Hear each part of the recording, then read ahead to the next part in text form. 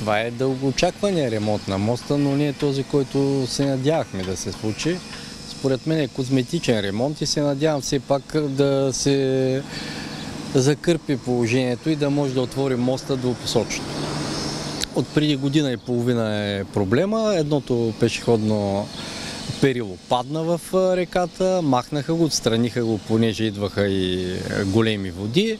След това установиха, че другото перило е в опасно състояние. Създадоха, както виждате зад мен, буферните зони за пешеходци, но това ограничи трафика през моста и той стана еднопосочен.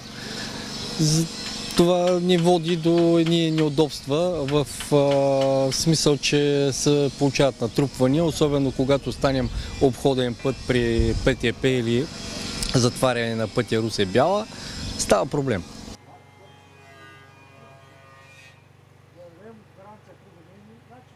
Носещите гради ще бъдат укрепени с конзоли, наклонени конзоли и в горния край с хоризонтални конзоли. Ще бъдат хванати с две точки, в три точки всъщност. Това е като укрепване. Гаранция? Гаранция ние даваме нашата фирма минимум 5 години. Тоест много повече може да дадем, обаче трябва да се боядисва всяка на 3 години. На 3 години се боядисва този мост. Корозията отново ще пройде там, където е корозирало сега. Също така правим воронки с идея да намалим теча на водата.